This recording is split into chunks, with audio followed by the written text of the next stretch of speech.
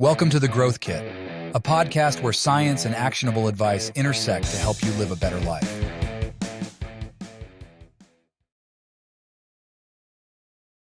How to raise confident kids.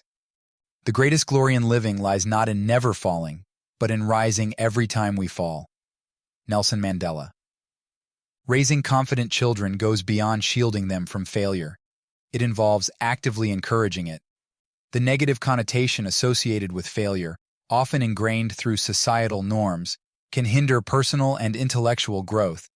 Viewing failure as a teachable moment and guiding children through the process, however, can foster resilience, problem-solving skills, and, ultimately, self-confidence. Today I'll explore practical strategies for instilling confidence in children by embracing failure, addressing fears, linking praise to effort, emphasizing their significance, providing autonomy, and nurturing problem-solving skills. 1. Go beyond letting them fail. Encourage it. Failure has a negative connotation that is partially due to school when our skills are quantified and compared to our peers. Failure, however, is not only something to be avoided, it's an important stepping stone to success. Everyone you look up to has failed tremendously on their path to greatness. Failure is a skill that's ingrained in us, but then taught out of us. Fortunately, babies are too young to realize the stigmatization of failure, or else they would stop getting up after falling 17 times an hour in their attempt to walk. The fear of failure puts children in a paradoxical situation. When they fear failure, they avoid taking risks, thinking that by avoiding challenges, they can evade failure. This reluctance to try new things, however, hampers both their personal and intellectual development. It confines them to a comfort zone where they stick to familiar territory, avoiding uncharted paths. In the long run, this limits their potential, hinders growth and resilience, and undermines the development of self-confidence. The key to fostering confidence in our children is to change our perspective on failure. When a child experiences failure, it's an opportunity for a teachable moment. Discuss what went wrong and what can be learned from the experience. Encourage them to ask questions, analyze the situation, and come up with solutions. This doesn't mean they need to fail a test, smile when they lose, or intentionally have a fight with a friend. It means that they need to recognize the emotions that accompany this moment and reappraise them. Learn that they're evolutionarily purposeful and not to be neglected. This not only boosts their problem-solving skills, but also teaches them that failure is a natural part of life's journey. Encourage failure, make moments of failure teachable moments, and follow in Edison's sentiment. I have not failed. I've just found 10,000 ways that won't work. 2. Teach them that it's okay to be scared. When we think confident, we often think that the opposite is being brave and lacking fear. Paradoxically, confident kids have a healthy relationship with fear. Our job as parents is to teach kids that it's okay to be scared. Rather than simply dismissing their fears with a "don't be scared" response, parents can encourage open conversations. When a child expresses fear, ask them to describe what they're feeling, delving into specifics like the sensations they experience, such as butterflies or tingling. Go further and explore their physical reactions, like a racing heart, and explain that this is their body's way of preparing them. These discussions help kids understand and manage their emotions, building emotional intelligence and resilience. It also builds their interoception, or internal awareness, which improves their awareness of their body under different situations. Confidence isn't about being fearless. It's about knowing it's okay to be scared and having the tools to overcome fear with courage and grace. By fostering these conversations, parents not only nurture their children's confidence, but also equip them to face life's challenges with a strong sense of emotional self-awareness and the ability to navigate fear effectively. 3. Link praise to effort, not outcome. In the quest to raise confident children, it's crucial to link praise to effort, not just outcomes. Focusing solely on the end result can create a performance-driven mindset where children feel their worth is tied to success. For example, praising students for intelligence was found to have more negative effects on their achievement motivation than praising effort, according to 6 different studies. Children praised for intelligence exhibited a preference for performance goals, less task persistence after failure, and a fixed mindset about intelligence compared to those praised for effort. Instead, emphasize that hard work, determination, and resilience are what truly matter. This encourages a growth mindset, where they understand that challenges and setbacks are opportunities for growth and improvement. Additionally, it promotes intrinsic motivation by encouraging an internal drive to engage in activities based on personal interest and satisfaction, fostering sustained engagement and a profound sense of accomplishment independent of external validation. Moreover, effort-based praise plays a critical role in building resilience, equipping children with coping mechanisms to navigate setbacks, learn from mistakes, adjust strategies, and persevere through difficulties, contributing to their overall emotional strength and ability to face challenges. Here are 5 things to focus on to promote effort-based praise. Specificity. Instead of a generic "good job," be specific about what effort you appreciate. "I loved how you kept trying different ways to solve that math problem." Or, "You practiced so hard for your piano recital, and your dedication really showed." Process, not product. Celebrate the steps taken, not just the final outcome. "I saw how focused you were while doing your homework." Or, "That science project was messy, but I loved your curiosity and creativity." Effort and progress. Acknowledge both the effort put in and the progress made, highlighting small steps towards a larger goal. "You may not have aced the test, but I saw how hard you studied, and I'm confident you'll improve next time." Intrinsic value. Shift the focus from external rewards to the inherent value of the effort itself. "I'm so proud of you for tackling that challenging task, even though it wasn't easy." Or, "You learned so much while building that Lego castle, and that's what truly matters." Unconditional encouragement. Let your child know that your love and support are not contingent on their achievements. "I'm always here for you, no matter how things turn out. What I value most is your effort and your willingness to learn." 4. Let them know that you believe in them. It's also important to show them your unwavering belief in them daily. This extends from small, everyday tasks like setting the dinner table to more significant life challenges. When they witness your faith in their abilities, it bolsters their self-confidence and reminds them that they have you in their corner. While you might think, "They already know I've got their back," we humans tend to be terrible predictors about what others are thinking, a cognitive bias known as the false consensus effect. The frequency of these affirmations is critical and plays a part in forming their own inner dialogue for those times when they need to face challenges without you there. Here are some ways to do this. Tell them you love them, you're proud of them, you're there for them. Be specific with these reminders. For example, "Hey bud, that was really cool when you..." fill in the blank. Don't limit these situations to times when they're doing something you approve of, such as doing well in a sport or bringing their dinner plate over from the dinner table. Do it intermittently and spontaneously.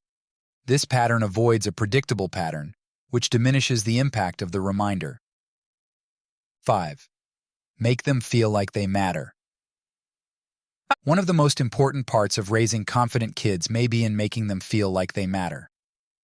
Mattering, in essence, is the feeling of being valued, significant, and important. Research suggests that mattering is intricately linked to resilience. The Suicide Prevention Hotline has long recognized this and uses the hashtag #YouMatter in their campaigns. Children, in particular, require a profound sense of mattering. It's not enough for them to feel valued. They must also witness tangible results of this mattering in their lives. 2 critical steps to achieve this are minimizing criticism and prioritizing affection. When criticism is reduced, children feel less judged and more accepted, fostering their sense of mattering. Prioritizing affection, on the other hand, nurtures a feeling of being cherished, further reinforcing their belief that they truly matter. Research has shown that it takes 3 positive interactions to counteract the effects of 1 negative interaction, underscoring the significance of a positive and supportive environment. Equally important, when this universal need to matter remains unmet, it becomes a predictor of psychological stress. The self-determination theory developed by psychologists Edward Deci and Richard Ryan provides a framework to understand the importance of mattering in the context of raising confident kids. According to this theory, individuals have three innate psychological needs: autonomy, competence, and relatedness. When children feel that they matter, it satisfies their need for relatedness, contributing to their overall well-being. Conversely, when the universal need to matter is unmet, it aligns with the theory's premise, potentially leading to psychological stress and various emotional and mental challenges. Mattering is a cornerstone to raising confident kids. By creating an environment where children not only feel valued, but also witness the tangible results of their significance, we lay the foundation for resilience and well-being. 6. Give them opportunities for autonomy. An essential aspect of raising confident children is providing them with opportunities for autonomy. This means encouraging them to make choices and decisions independently within age-appropriate boundaries. Offering these opportunities on a daily basis allows kids to develop a sense of self-reliance, competence, and personal responsibility. Here are some ways to do that. Start with routines. Anything that they participate in on a daily basis is a great place to start. Examples include picking out their own clothes, brushing their teeth, and helping with cooking dinner. Let them pick when to go to bed, encouraging them to set an alarm to wake up. Let them make their own lunch. Have them help you find things in the grocery store. Let them pick the family activity on the weekend. This can be simply picking the park to planning the entire day down to the hour. Ask them for their input. What time should we leave? What should we have for dinner tomorrow? What are your thoughts on how I handled that? Practice acomedido. I first learned of acomedido from the book Hunt, Gather, Parent. The author writes that acomedido is not just doing a chore or task because someone told you to, it's knowing which kind of help is appropriate at a particular moment because you're paying attention. It's important to strike a balance between guidance and independence, ensuring that the level of autonomy granted aligns with their age, maturity, and capabilities. This approach not only fosters self-assurance, but also helps children develop problem-solving skills and a sense of ownership over their actions, all of which are crucial components of confidence building. 7. Teach problem-solving skills. Teaching effective problem-solving skills not only empowers children to face challenges with confidence, but it equips them with valuable tools for navigating life. The brain of a child is highly malleable and capable of forming new neural connections, especially when engaged in problem-solving activities and experiential learning. These neurological adaptations contribute to the development of crucial cognitive skills and resilience, laying a foundation for future success and adaptability. Here are some ways to do that. Ask them what they would do. When they ask for a solution to the problem, ask them to provide you with one first.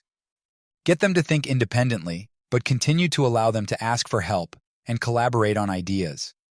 Instead of just asking for ideas and then doing yours, use their ideas, regardless of how bizarre they are. Allow natural consequences to take place. Let them fail, let them learn from it, and let them be okay with not getting it right the first time. Be comfortable saying, "I don't know. Let's find out." This approach fosters ownership of their decision, the willingness to try something new or different, and it grants the opportunity to put themselves out there, all critical aspects of leadership, resilience, and confidence. 8. Establish secure attachment. Mounting evidence has helped to establish that one of the most significant factors influencing confidence and resilience is the presence of secure attachment with a stable and reliable parent. Secure attachment is the strong, positive emotional bond that develops between a child and their primary caregiver, typically in the early years of life. It sounds like a fundamental concept, yet research suggests that only around 66% of the U.S. is securely attached. Securely attached children exhibit clear behavioral indicators of a strong emotional connection with their caregivers. When separated, they express visible distress and seek comfort upon reunion, showing positive behavior. Despite finding some solace in others' presence, they distinctly prefer their parents over strangers. Parents of securely attached children engage actively, respond promptly, and demonstrate heightened overall responsiveness compared to those with insecurely attached children. Numerous studies have demonstrated the connection between secure attachment and positive child development. For instance, a meta-analysis by Van Eisendorn et al. Found that secure attachment in infancy is associated with higher levels of self-esteem, emotional stability, and social competence in later childhood. Similarly, a study by Thompson et al. Revealed that children with secure attachments demonstrated greater resilience in the face of academic challenges. The long-term impact of secure attachment extends into adulthood, fostering individuals who form lasting, trusting relationships, possess good self-esteem, openly share feelings, and actively seek social support. Here are key practices to promoting secure attachment. Be responsive. Pay attention to your child's cues and respond promptly to their needs, whether it's for physical comfort, emotional support, or playful interaction. Be available. Make time for your child, both for planned activities and spontaneous moments of connection. Ensure they feel your presence and know you're there for them. Be empathetic. Validate your child's feelings, even if you don't always agree with them. Help them understand and express their emotions in a healthy way. Set clear boundaries and expectations. Provide consistent guidance and support while allowing your child room for exploration and independence. Practice positive communication. Talk to your child openly and honestly, actively listening to their thoughts and feelings. Building a secure attachment is a journey, not a destination. Practice these skills consistently to promote confidence and resilience. Takeaway: fostering confidence in children involves embracing failure as a teachable moment, encouraging open discussions about fears, praising effort over outcomes, and making them feel valued. Offering opportunities for autonomy and teaching effective problem-solving skills empower them to navigate challenges, setting the foundation for resilience and future success. Additionally, establishing a secure attachment through responsiveness, availability, empathy, clear boundaries, and positive communication contributes significantly to their confidence and well-being. Confidence is not about shielding children from difficulties, but guiding them through experiences that promote growth and resilience. Thanks for tuning into the Growth Kit podcast. If you enjoyed this episode, please subscribe and leave a review. You can check out my website at MindBodyDad.com and subscribe for more weekly insights sent to your inbox. You can also follow me on Instagram and Twitter at MindBodyDad.